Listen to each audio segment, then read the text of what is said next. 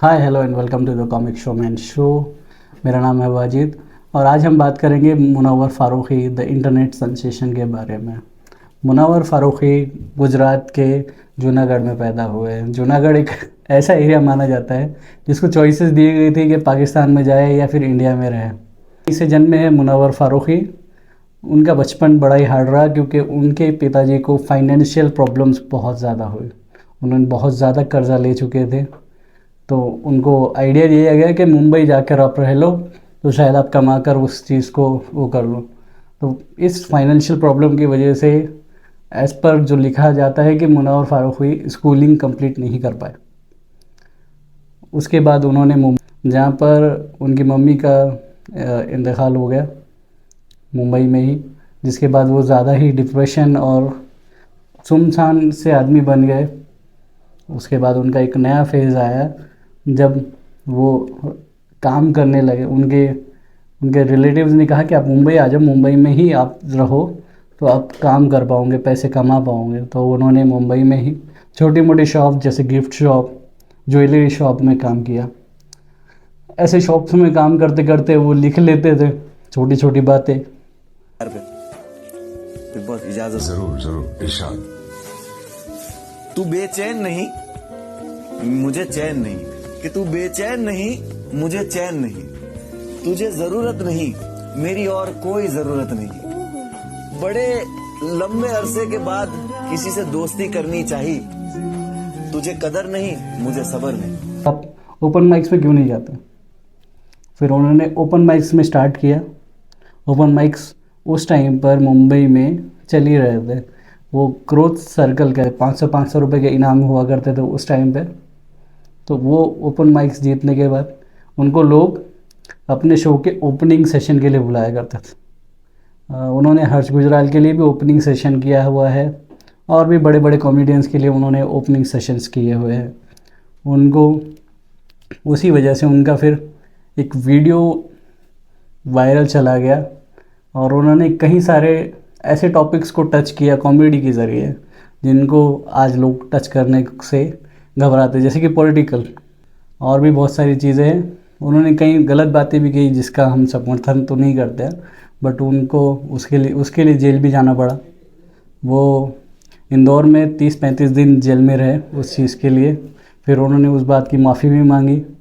फिर उन्होंने वीडियो भी बनाया कि भाई मैं इस चीज़ के लिए माफ़ी मांगता हूँ। और इसी चीज़ को ध्यान रखते हुए फिर उनकी शायरी ही नहीं, उनके दिमाग भी बड़ा तेज़ है। ये हमको लॉकअप जैसे शो में मालूम पड़ा। समझदार है और कितनी अच्छी शायरी लिखते हैं। वहाँ से उनके वीडियोस वायरल हुए, बहुत सारी चीज़ें वायरल हुई और फिर उसी चीज़ को देखते हुए उनको बिग बॉस में बुलाया गया। बिग बॉस में भी उन्होंने अपने आप को प्रूव किया कि वो अच्छे आदमी के साथ साथ वो भी है, मगर वो वहाँ पर एक्सपोज भी हो गए। जाएगा तो काम से, पैसे की ना बात कर, रख लूंगा मैं तुझको काम पे। जब लेके आया ट्रॉफी रास्ते सारे जाम थे, लड़ता जंग सिपाही।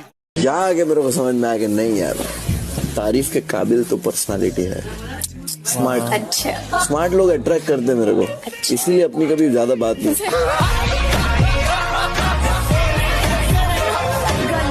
को डेट कर रहे थे, इस बात को हमें बिग बॉस शो से ही पता चला, बट उन्होंने उस चीज़ की भी माफ़ी मांगी। लोगों ने उस चीज़ को भी सपोर्ट किया, फैंस ने उनके, और उस शो को उन्हें जितवाया।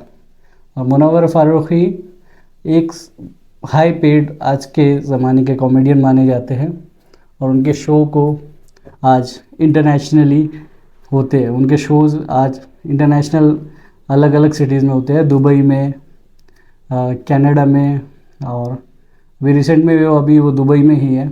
उनका करियर चल ही रहा है और हम चाहेंगे कि वो आगे बढ़े बिना किसी कंट्रोवर्सी के, अगर हो पॉसिबल तो देखते हैं उनके करियर को आगे भी।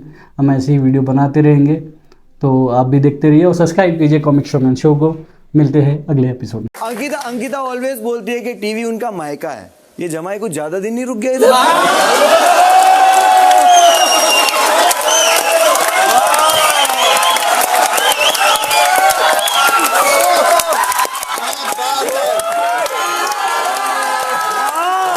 तो जमाई को कुछ कह ही देते अपन, है ना?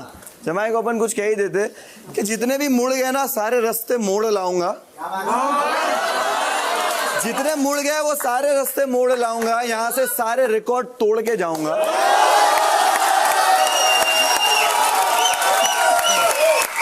और लाला अगर तू वापस भिड़ाना तो तेरे को टनल के बाहर छोड़ के आऊंगा।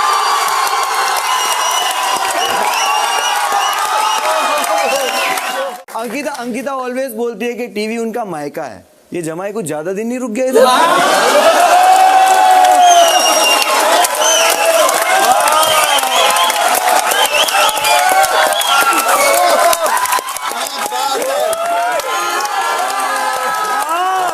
तो जमाई को कुछ कह ही देते अपन, है ना? जमाई को अपन कुछ कह ही देते कि जितने भी मुड़ गए ना सारे रास्ते मोड़ लाऊंगा, जितने मुड़ गए वो सारे रास्ते मोड़ लाऊंगा, यहां से सारे रिकॉर्ड तोड़ के जाऊंगा।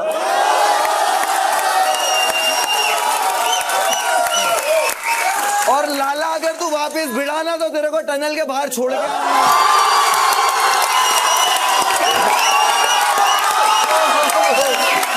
किसी भी इंसान के लिए ना एक प्रोपोगेंडा और एक इमेज सेट करने की कोशिश करते हो। घमंड और प्राउड होने में ना मुनावर एक डिफरेंस होता है भाई। तो आई फील कि आई एम प्राउड कि मैंने जितना काम करा है, मैंने फैंस कमाए। आप जो आपके फैंस की बात करते हो, जब जरूरत नहीं है तब भी आप एक फैंस को लेके आ जाते हो कि मैं उनके लिए स्टैंड लेता हूं, मैं प्राउड हूं। बातें मुझे कभी कभी बहुत समझदार लगती है, लेकिन जब मैं उसको समझता हूं तो मुझे पता चलता है कि उसे चीजें कम समझ आती है। और सुनिए, मैं आपको ब्लेम भी नहीं कर रहा हूं वो, और आप इंटेंशनली कर भी नहीं रहे हो, क्योंकि आप इतने स्मार्ट नहीं हो मेरे हिसाब से। सारी उम्र में जो कर जबड़े आ रहा। अच्छा, मुनावर कहाँ है? मुझे आपसे ना एक शिकायत है। जी बताइए। आपने सबके लिए शायरी की, मेरे लिए नहीं की। अरे बहुत माफी चाहूंगा। मेरे लिए एक शायरी तो बनती यार। तेरे जैसा नूर है कहाँ, सितारे पागल चांद भी खफा, जुल्फों की तेरी कैद ऐसी है कि रिहाई भी मुझको लगती सजा। वाह क्या बात है। संतोष भाई, जितने आपके फैंस है ना उतने बॉडीगार्ड मेरे बाहर खड़े हैं।